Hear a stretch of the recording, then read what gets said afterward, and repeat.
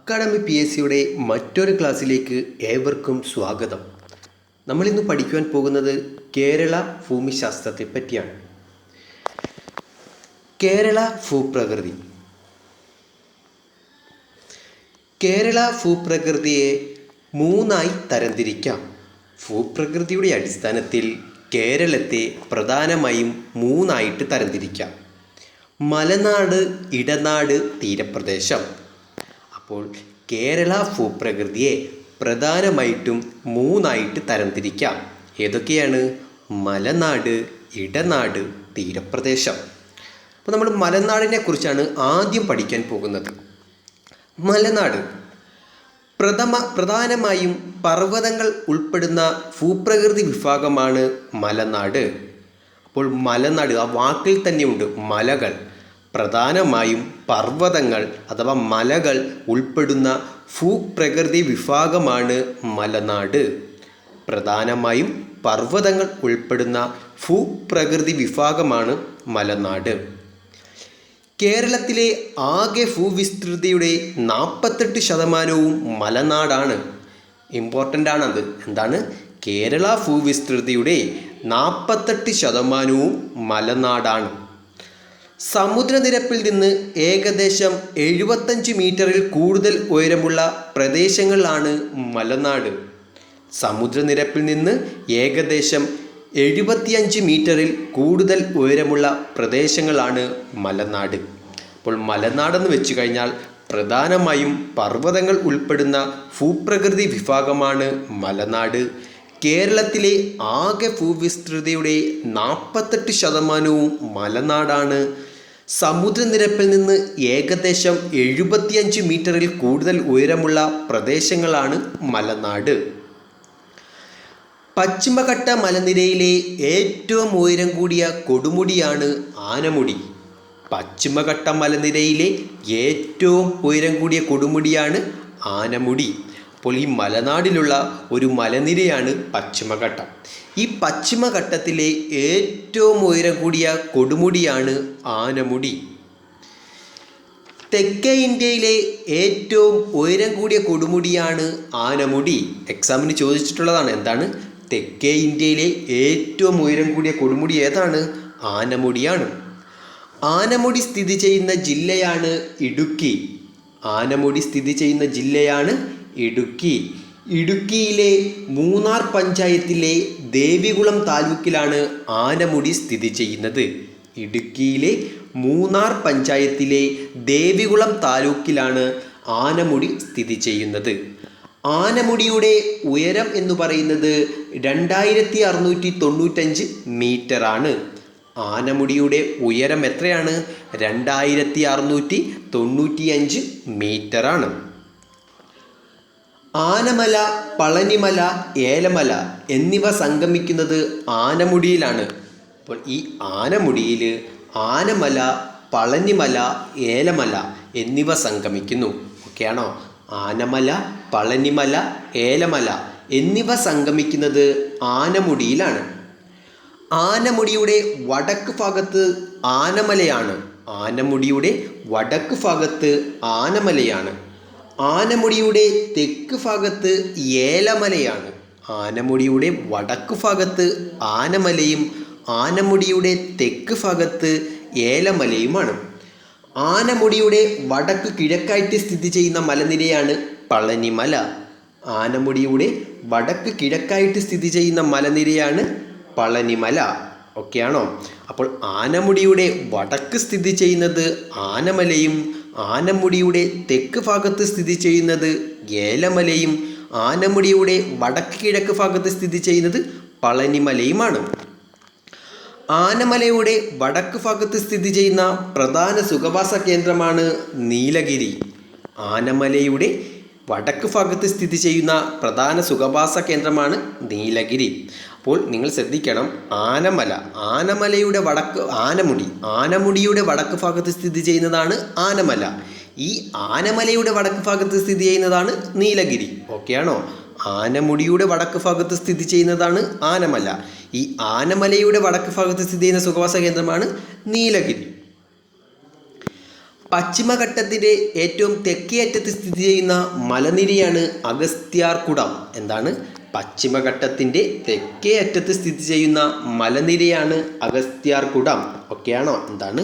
പശ്ചിമഘട്ടത്തിൻ്റെ ഏറ്റവും തെക്കേ അറ്റത്ത് സ്ഥിതി ചെയ്യുന്ന മലനിരയാണ് അഗസ്ത്യാർകുടം. സമുദ്രനിരപ്പിൽ നിന്നും അഗസ്ത്യമലയുടെ ഉയരമെന്ന് പറയുന്നത് 1868 മീറ്ററാണ്. എത്രയാണ്? 1868 മീറ്ററാണ്. അപ്പോൾ സമുദ്രനിരപ്പിൽ നിന്നും ആനമലയുടെ ഉയരം എത്രയാണ്? 1868 മീറ്ററാണ്. അഗസ്ത്യാർകുടം സ്ഥിതി ചെയ്യുന്ന താലൂക്കാണ് നെടുമങ്ങാട്. എന്താണ്? അഗസ്ത്യാർകുടം സ്ഥിതി ചെയ്യുന്ന താലൂക്ക് ഏതാണ്? നെടുമങ്ങാടാണ്. അഗസ്ത്യാർകുടത്തെ സംരക്ഷിത ജൈവ കേന്ദ്രമായി കേന്ദ്ര സർക്കാർ പ്രഖ്യാപിച്ച വർഷം 2001. ഇമ്പോർട്ടൻ്റ് ആണ്. എന്താണ്? അഗസ്ത്യാർകുടത്തെ സംരക്ഷിത ജൈവ കേന്ദ്രമായി കേന്ദ്ര സർക്കാർ പ്രഖ്യാപിച്ച വർഷമാണ് 2001.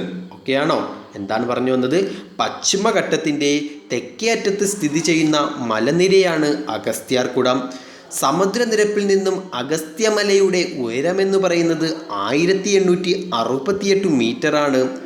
അഗസ്ത്യാർകുടം സ്ഥിതി ചെയ്യുന്ന താലൂക്കാണ് നെടുമങ്ങാട്. അഗസ്ത്യാർകുടത്തെ സംരക്ഷിത ജൈവ കേന്ദ്രമായി കേന്ദ്ര സർക്കാർ പ്രഖ്യാപിച്ച വർഷമാണ് 2001.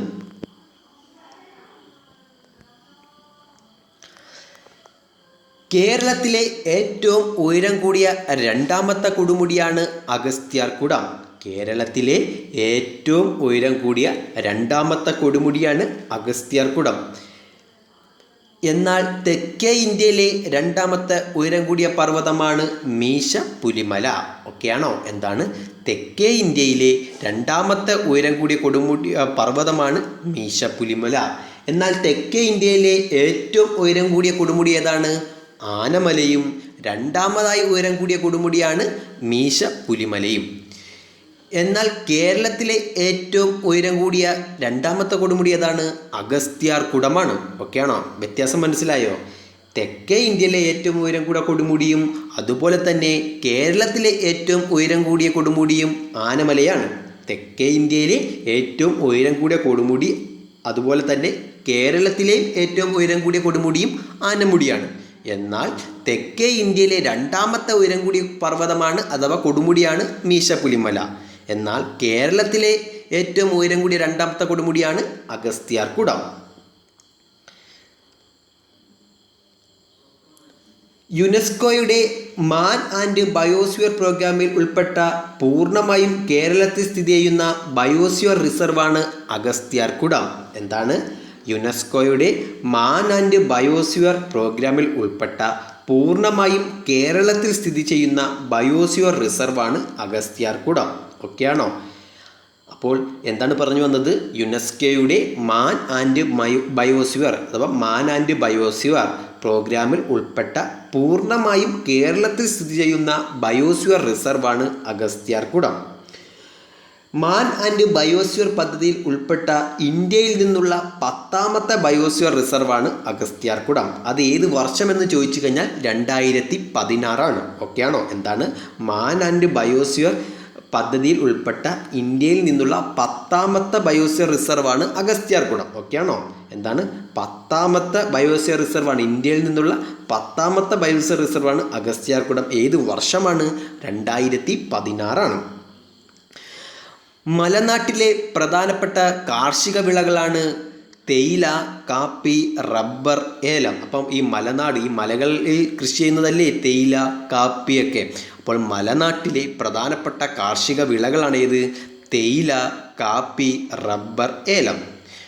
വയനാട് കൂർഗ് അതിർത്തി സ്ഥിതി ചെയ്യുന്ന പശ്ചിമഘട്ട മലനിരയിലെ ഭാഗമാണ് ബ്രഹ്മഗിരി കുന്നുകൾ. എന്താണ്?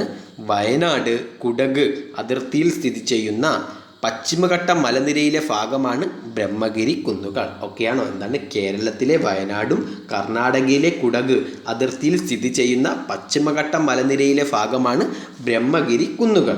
ഓക്കെയാണോ? അടുത്ത ഭൂവിഭാഗമാണ് ഇടനാട്. മലനാടിനും തീരപ്രദേശത്തിനും ഇടയിലായി ചെറുകുന്നുകളും താഴ്വരകളാലും സമൃദ്ധമായ പ്രദേശമാണ് ഇടനാട്. ഓക്കെയാണോ? ഇടനാട് സ്ഥിതി ചെയ്യുന്നത് മലനാടിനും തീരപ്രദേശത്തിനും ഇടയിലാണ്. ഈ ഇടനാടിൽ എന്തൊക്കെയാണുള്ളത്? ചെറുകുന്നുകളും താഴ്വരകളുമാണ്. എന്താണ്? ചെറുകുന്നുകളും താഴ്വരകളാലും സമൃദ്ധമാണ് ഇടനാട്. എന്നാൽ പർവ്വതങ്ങളാൽ സമൃദ്ധമാണ് മലനാട്. ഓക്കെയാണല്ലോ. കേരളത്തിൻ്റെ ആകെ ഭൂവിസ്തൃതിയുടെ 42% ഇടനാടാണ്. എന്താണ്? കേരളത്തിൻ്റെ ആകെ ഭൂവിസ്തൃതിയുടെ 42% ഇടനാടാണ്. എന്നാൽ 48% മലനാടാണ്. ഇടനാട്ടിലെ പ്രധാനമായും കാണപ്പെടുന്ന മണ്ണിനമാണ് ലാറ്ററൈറ്റ് മണ്ണ്. ഇടനാട്ടിൽ പ്രധാനമായും കാണപ്പെടുന്ന മണ്ണിനമാണ് ലാറ്ററൈറ്റ് മണ്ണാണ്. അത് ഇമ്പോർട്ടൻ്റ് ആണ്. എന്താണ്? ഇടനാടിൽ പ്രധാനമായിട്ടും കാണപ്പെടുന്ന മണ്ണിനമാണ് ലാറ്ററൈറ്റ് മണ്ണ്. ഇടനാട്ടിൽ കൃഷി ചെയ്യുന്ന പ്രധാനപ്പെട്ട കാർഷിക വിളകളാണ് റബ്ബർ, തെങ്ങ്, കുരുമുളക്, അടയ്ക്ക, ഗ്രാമ്പു, മരച്ചീനി, നെല്ല്, വാഴ. ഒക്കെയാണോ? എന്താണ്? ഇടനാട്ടിൽ പ്രധാനമായിട്ടും കൃഷി ചെയ്യുന്ന കാർഷിക വിളകൾ ഏതൊക്കെയാണ്? റബ്ബർ, തെങ്ങ്, കുരുമുളക്, അടയ്ക്ക, ഗ്രാമ്പു, മരച്ചീനി, നെല്ല്, വാഴ. വടക്കൻ കേരളത്തിലെ ഇടനാടുകളിൽ പ്രധാനമായി കാണപ്പെടുന്നത് ലാറ്ററൈറ്റ് കുന്നുകളാണ്. എന്താണ്?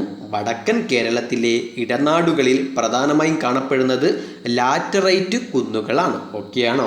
അപ്പോൾ ഇടനാട്ടിലെ പ്രധാനമായും കാണപ്പെടുന്ന മണ്ണിനമാണ് ലാറ്ററൈറ്റ് മണ്ണ്. അതുപോലെ തന്നെ വടക്കൻ കേരളത്തിലെ ഇടനാടുകളിൽ പ്രധാനമായിട്ടും കാണപ്പെടുന്നത് ലാറ്ററൈറ്റ് കുന്നുകളാണ്. ജിയോളജിക്കൽ സർവേ ഓഫ് ഇന്ത്യ സ്മാരകമായി പ്രഖ്യാപിച്ച ലാറ്ററൈറ്റ് കുന്നാണ് അങ്ങാടിപ്പുറം ലാറ്ററൈറ്റ് കുന്ന്. Geological survey of India geological സ്മാരകമായി പ്രഖ്യാപിച്ച ലാറ്ററൈറ്റ് കുന്നാണ് അങ്ങാടിപ്പുറം ലാറ്ററൈറ്റ് കുന്ന്. ഓക്കെയാണോ? എന്താണ്? Geological survey of India geological സ്മാരകമായി പ്രഖ്യാപിച്ച ലാറ്ററൈറ്റ് കുന്നാണ് അങ്ങാടിപ്പുറം ലാറ്ററൈറ്റ് കുന്ന്. എന്താണ് പറഞ്ഞത്? Geological survey of India geological സ്മാരകമായി പ്രഖ്യാപിച്ച ലാറ്ററൈറ്റ് കുന്നാണ് അങ്ങാടിപ്പുറം ലാറ്ററൈറ്റ് കുന്ന്. അടുത്ത ഭൂപ്രകൃതി വിഭാഗമാണ് തീരപ്രദേശം. കേരളത്തിൻ്റെ ഭൂവിസ്തൃതിയുടെ 10% തീരപ്രദേശമാണ്. എന്താണ്? കേരളത്തിൻ്റെ ഭൂവിസ്തൃതിയുടെ 10% തീരപ്രദേശമാണ്. ഓക്കെയാണോ? കേരള ഭൂവിസ്തൃതിയുടെ 48% മലനാടും 42% ഇടനാടും 10% തീരപ്രദേശവുമാണ്. കേരളത്തിൻ്റെ തീരദേശ ദൈർഘ്യമാണ് 580 കിലോമീറ്റർ. കേരളത്തിൻ്റെ തീരദേശ ദൈർഘ്യം എത്രയാണ്? 580 കിലോമീറ്റർ ആണ്. എത്രയാണ്? 580 കിലോമീറ്റർ ആണ്. എന്നാൽ കേരളത്തിൻ്റെ തെക്ക് വടക്ക് ദൂരം എത്രയാണ്? 560 കിലോമീറ്റർ ആണ്. ഓക്കെ ആണല്ലോ. അപ്പോൾ ഇതിൻ്റെ കൂടെ പഠിച്ചോണം കേട്ടോ. കേരളത്തിൻ്റെ തീരദേശ ദൈർഘ്യം 580 കിലോമീറ്ററും അതുപോലെ തന്നെ കേരളത്തിൻ്റെ തെക്ക് വടക്ക് ദൂരം 560 കിലോമീറ്ററുമാണ്. കേരളത്തിൽ കടൽത്തീരമുള്ള ജില്ലകളുടെ എണ്ണം 9 ആണ്. കേരളത്തിൽ കടൽത്തീരമുള്ള ജില്ലകളുടെ എണ്ണം 9 ആണ്. അപ്പോൾ കേരളത്തിൽ കടൽത്തീരമില്ലാത്ത ജില്ലകളുടെ എണ്ണം 5 ആണ്. കേരളത്തിൽ കടൽത്തീരമുള്ള ജില്ലകളുടെ എണ്ണം 9ഉം കേരളത്തിൽ കടൽത്തീരമില്ലാത്ത ജില്ലകളുടെ എണ്ണം 5ഉം ആണ്. ഏറ്റവും കൂടുതൽ കടൽത്തീരമുള്ള കേരളത്തിലെ ജില്ലയാണ് കണ്ണൂർ. ഏറ്റവും കൂടുതൽ കടൽത്തീരമുള്ള കേരളത്തിലെ ജില്ലയാണ് കണ്ണൂർ. ഓക്കെയാണോ? ഏറ്റവും കൂടുതൽ കടൽത്തീരമുള്ള കേരളത്തിലെ ജില്ലയാണ് കണ്ണൂർ. ഏറ്റവും കുറവ് കടൽത്തീരമുള്ള കേരളത്തിലെ ജില്ലയാണ് കൊല്ലം. ഏറ്റവും കുറവ് കടൽത്തീരമുള്ള കേരളത്തിലെ ജില്ലയാണ് കൊല്ലം. ഓക്കെയാണോ? അപ്പോൾ ഏറ്റവും കൂടുതൽ കടൽത്തീരമുള്ള കേരളത്തിലെ ജില്ല കണ്ണൂരും ഏറ്റവും കുറവ് കടൽത്തീരമുള്ള കേരളത്തിലെ ജില്ല കൊല്ലവും ആണ്. ഏറ്റവും കൂടുതൽ കടൽത്തീരമുള്ള കേരളത്തിലെ താലൂക്കാണ് ചേർത്തല. ഏറ്റവും കൂടുതൽ കടൽത്തീരമുള്ള കേരളത്തിലെ താലൂക്ക് ഏതാണ്? ചേർത്തലയാണ്. കേരളത്തിലെ ഏറ്റവും നീളം കൂടിയ ബീച്ചാണ് മുഴപ്പിലങ്ങാടി ബീച്ച്. ഏതാണ്? മുഴപ്പിലങ്ങാടി ബീച്ച്. കേരളത്തിലെ ഏറ്റവും നീളം കൂടിയ ബീച്ചാണ് മുഴപ്പിലങ്ങാടി ബീച്ച്. അത് കണ്ണൂർ ജില്ലയിലാണ്. തീരപ്രദേശത്ത് കാണപ്പെടുന്ന പ്രധാന റേഡിയോ ആക്റ്റീവ് പദാർത്ഥങ്ങളാണ് ഇൽമനൈറ്റും മോണോസൈറ്റും. എന്താണ്? തീരപ്രദേശത്ത് കാണപ്പെടുന്ന പ്രധാന റേഡിയോ ആക്റ്റീവ് പദാർത്ഥങ്ങളാണ് ഇൽമനൈറ്റും മോണോസൈറ്റും. കേരളത്തിൽ കടൽത്തീരമില്ലാത്ത ജില്ലകളാണ് പത്തനംതിട്ട, കോട്ടയം, ഇടുക്കി, പാലക്കാട്, വയനാട്. എന്തൊക്കെയാണ്? കേരളത്തിൽ കടൽത്തീരമില്ലാത്ത ജില്ലകളുടെ എണ്ണം 5 എന്ന് പറഞ്ഞില്ലേ? അപ്പോൾ അവ ഏതൊക്കെയാണ്? പത്തനംതിട്ട, കോട്ടയം, ഇടുക്കി, പാലക്കാട്, വയനാട്. ഒക്കെയാണോ? എന്താണ്? പത്തനംതിട്ട, കോട്ടയം, ഇടുക്കി, പാലക്കാട്, വയനാട്. ഒക്കെയാണോ? കടൽത്തീരമില്ലാത്ത ഏക കോർപ്പറേഷനാണ് തൃശ്ശൂർ. എന്താണ്? കടൽത്തീരമില്ലാത്ത ഏക കോർപ്പറേഷനാണ് തൃശ്ശൂർ. ഓക്കെയാണോ? അപ്പോൾ കടൽത്തീരം ഏറ്റവും കൂടുതലുള്ള ജില്ല കണ്ണൂർ, ഏറ്റവും കുറവുള്ളത് കൊല്ലം, ഏറ്റവും കൂടുതൽ കടൽത്തീരമുള്ള കേരളത്തിലെ താലൂക്ക് ചേർത്തല, കേരളത്തിലെ ഏറ്റവും നീളം കൂടിയ ബീച്ച് മുഴപ്പിലങ്ങാടി ബീച്ച് കണ്ണൂർ ജില്ലയിലാണ്. ഇനി കേരള കടൽത്തീരമില്ലാത്ത ഏക കോർപ്പറേഷൻ ഏതാണ്? തൃശ്ശൂരാണ്.